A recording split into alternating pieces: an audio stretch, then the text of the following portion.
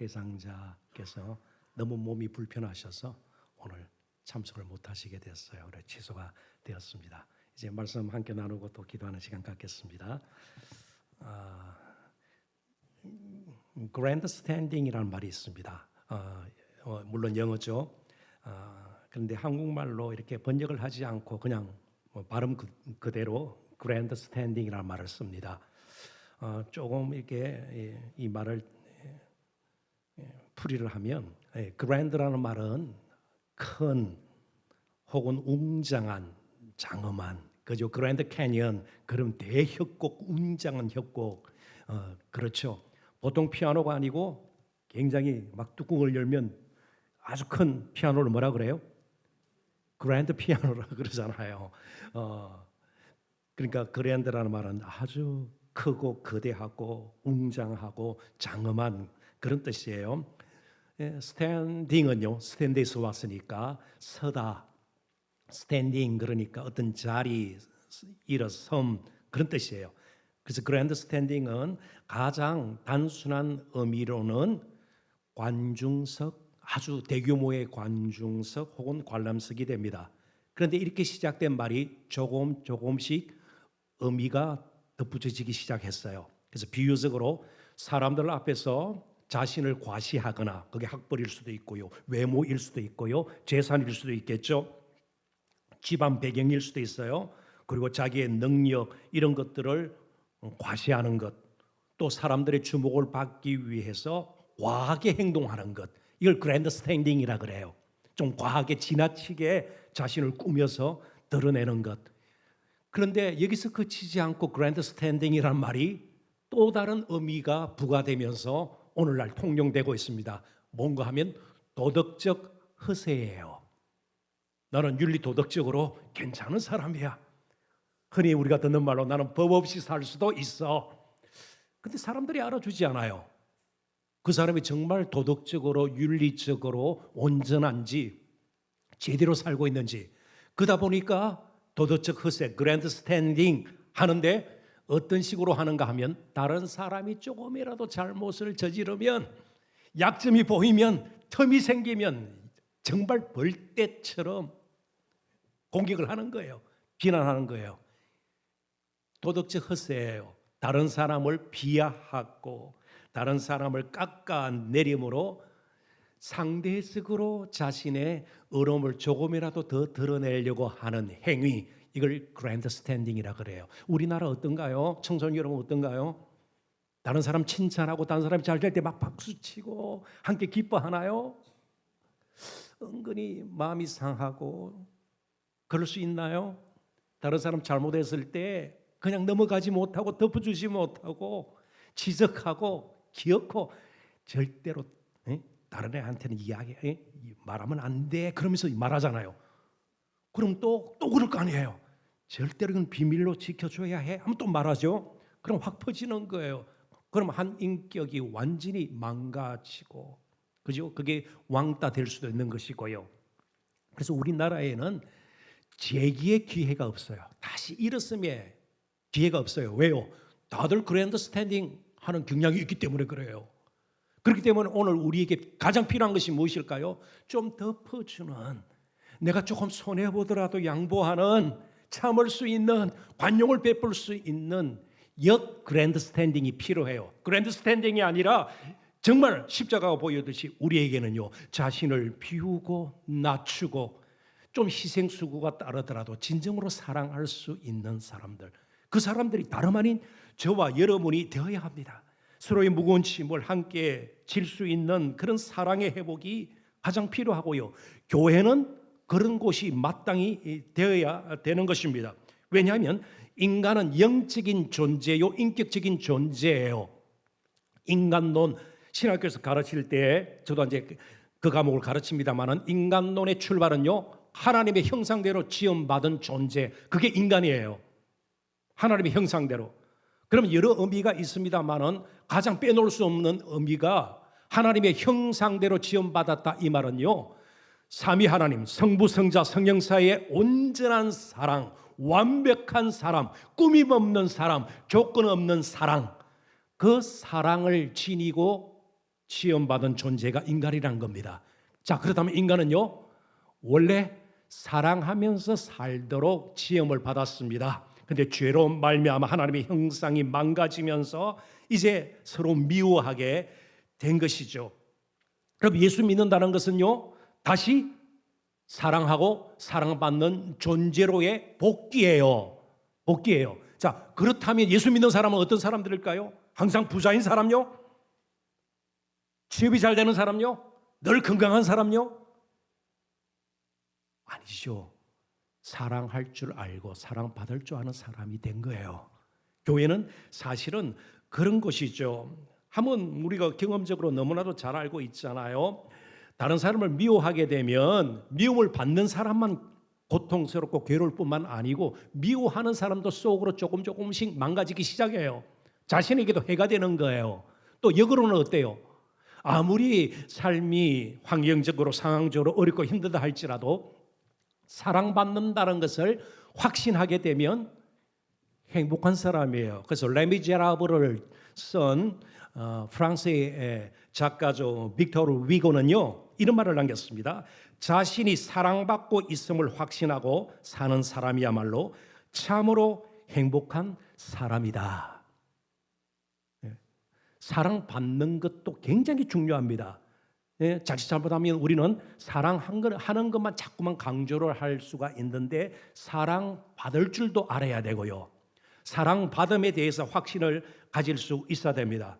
그런데 오늘 본문은요, 누가 우리를 사랑하셨다는 것을 분명히 보여주고 있어요. 누가 우리를 사랑하셨어요?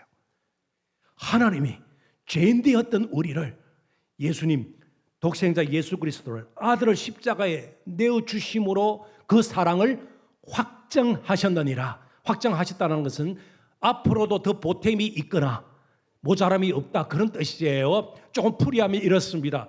저 목사예요. 신학교 교수예요. 그런데 앞으로 슬쩍 그러지 않으려고 막 애를 쓰겠습니다만은 상황에 따라서 조금 다른 사람을 비하하는 말 할 수 있을까요? 없을까요? 절대로 없을까요? 있더니 섭섭하기는 하네요. 있어요. 다른 사람 미워할 수 있어요.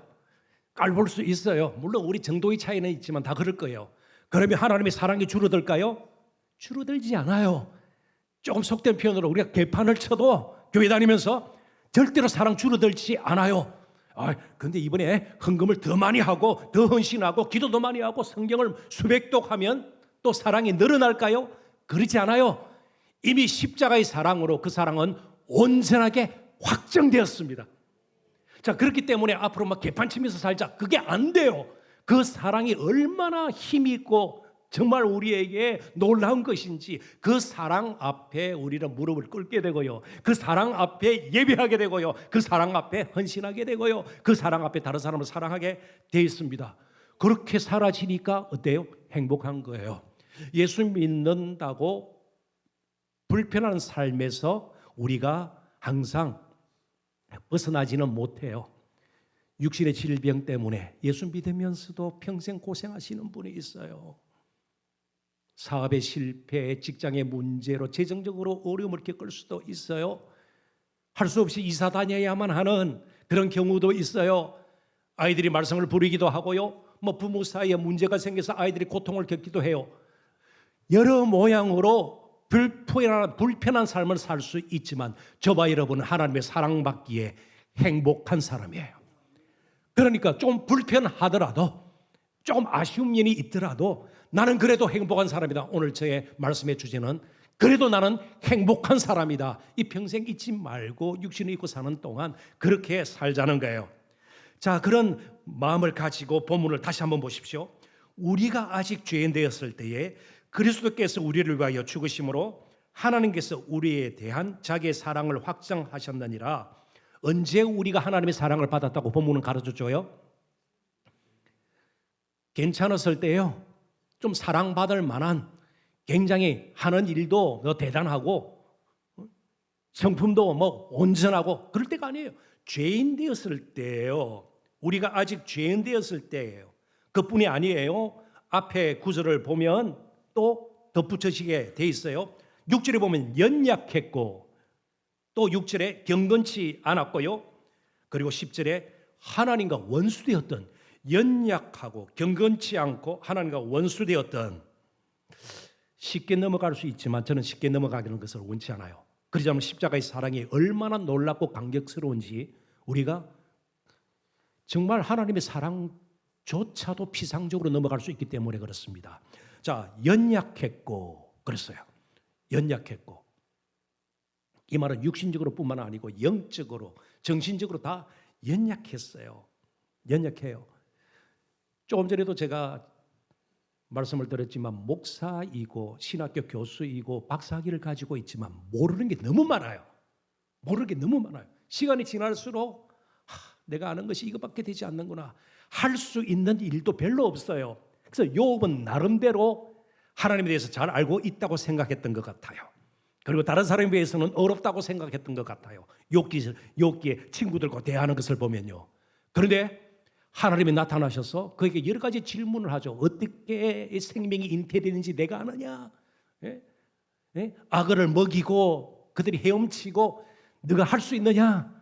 다 이 우주 만물을 다스릴 수 있느냐? 그러니까 욥이 그 앞에 엎드려서요. 여러 하나님께서 욥에게 던진 질문들이 많아요.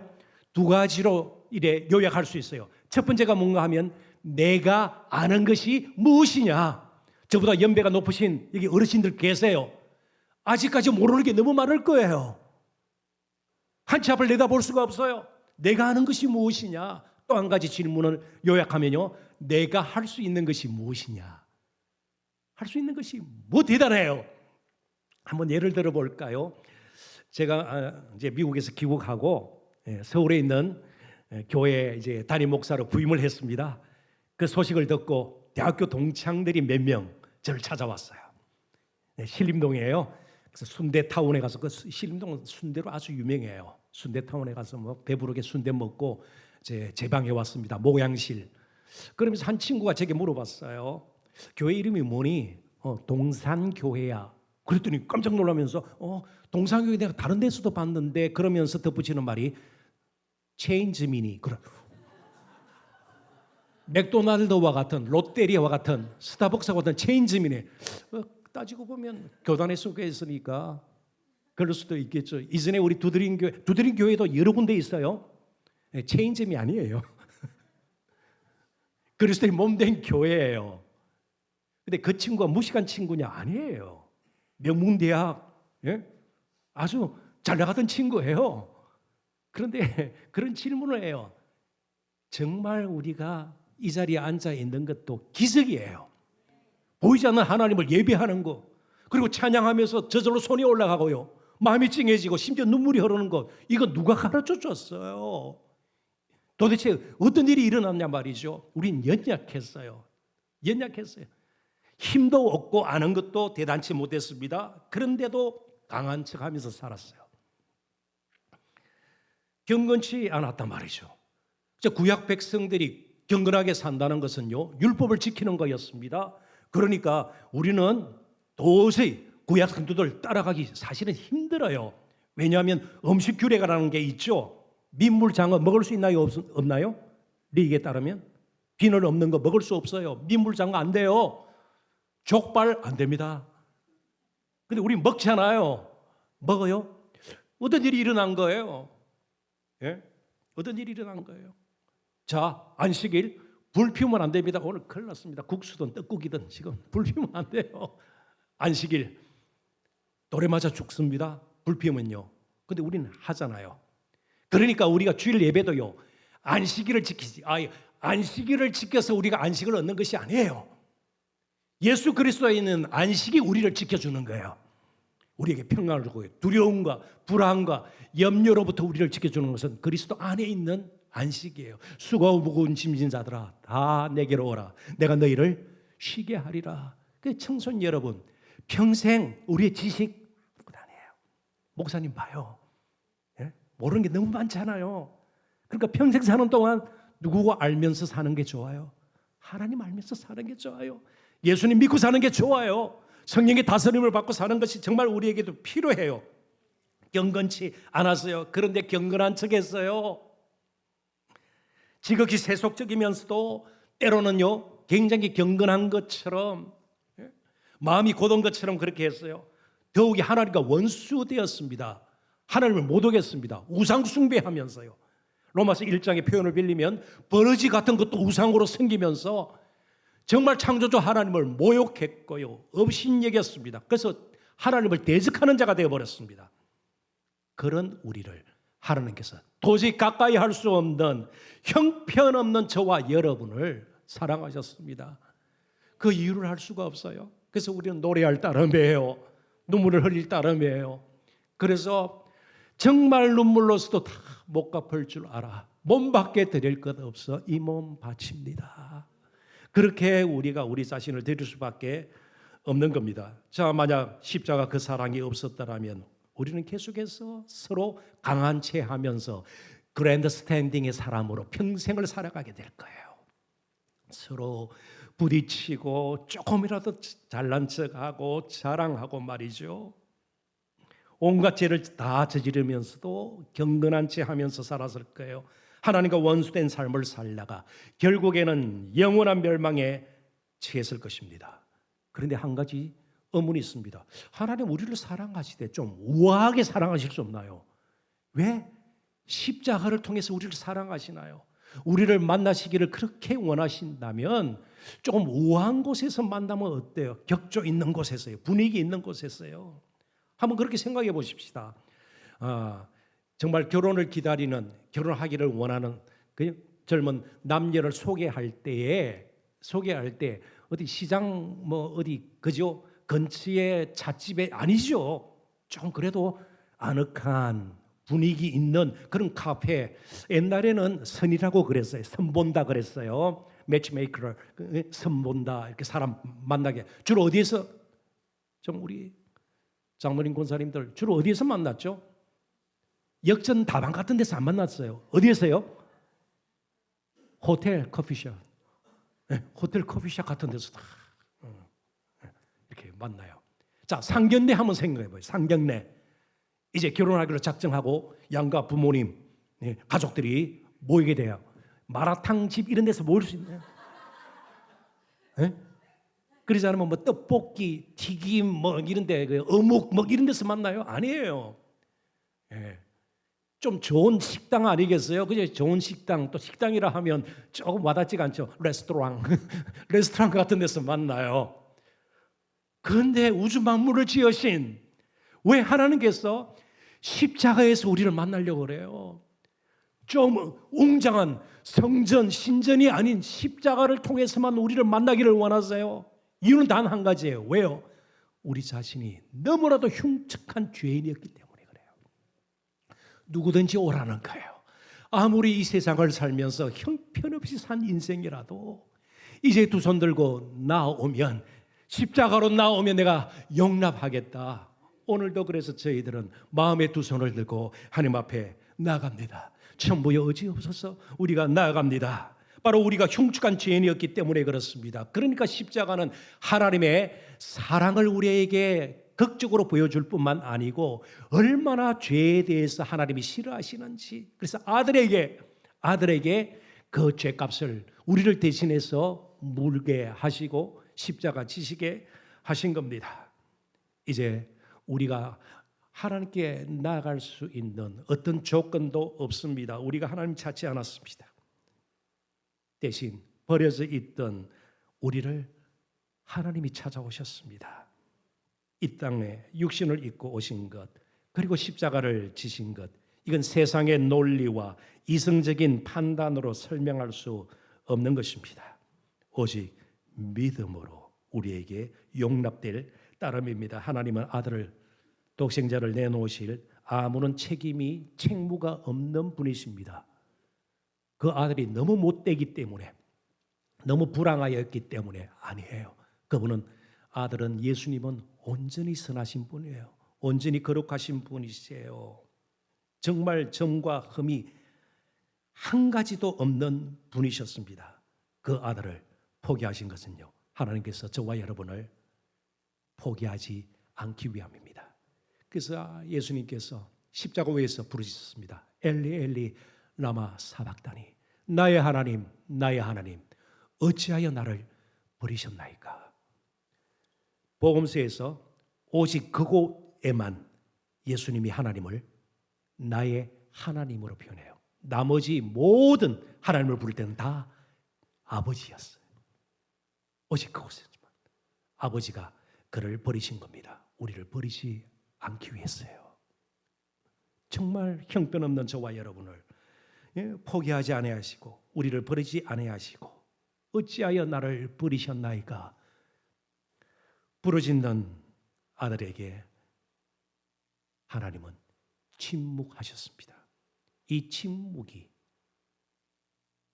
우리에게는 기적이 된 것입니다.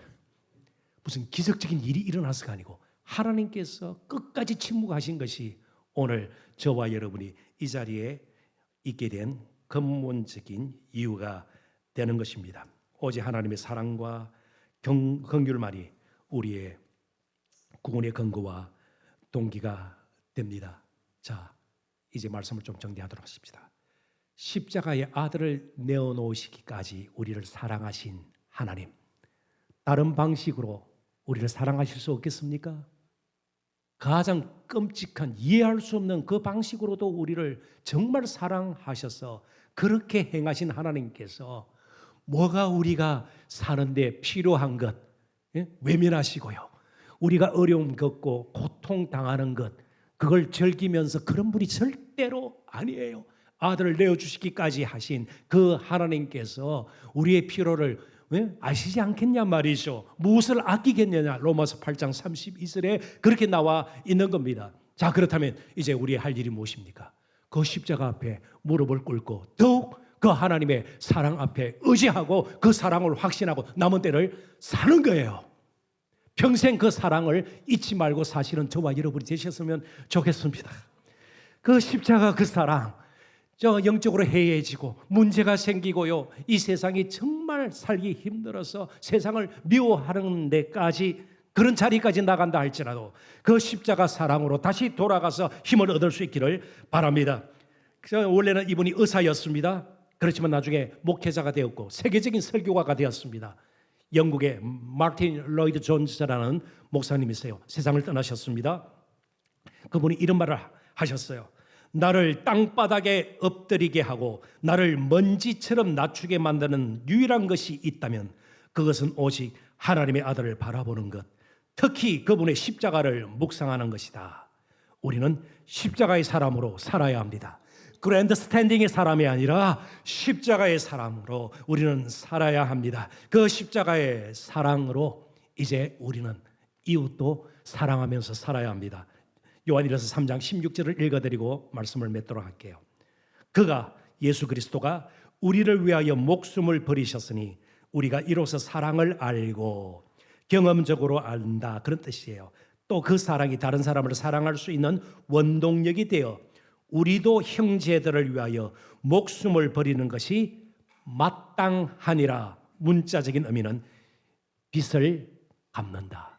우리가 하나님의 사랑의 빚을 졌으니 이웃 사랑으로 그 빚을 갚는 거예요. 마땅하니라. 이제 평생 십자가 그 사랑, 빚진 자의 심정으로 우리는 그랜드 스탠딩이 아닌 겸손과 온유와 따뜻함으로 사랑으로 남은 때를 살아내셨으면 좋겠습니다. 그렇게 고난 주간을 또 보내고요.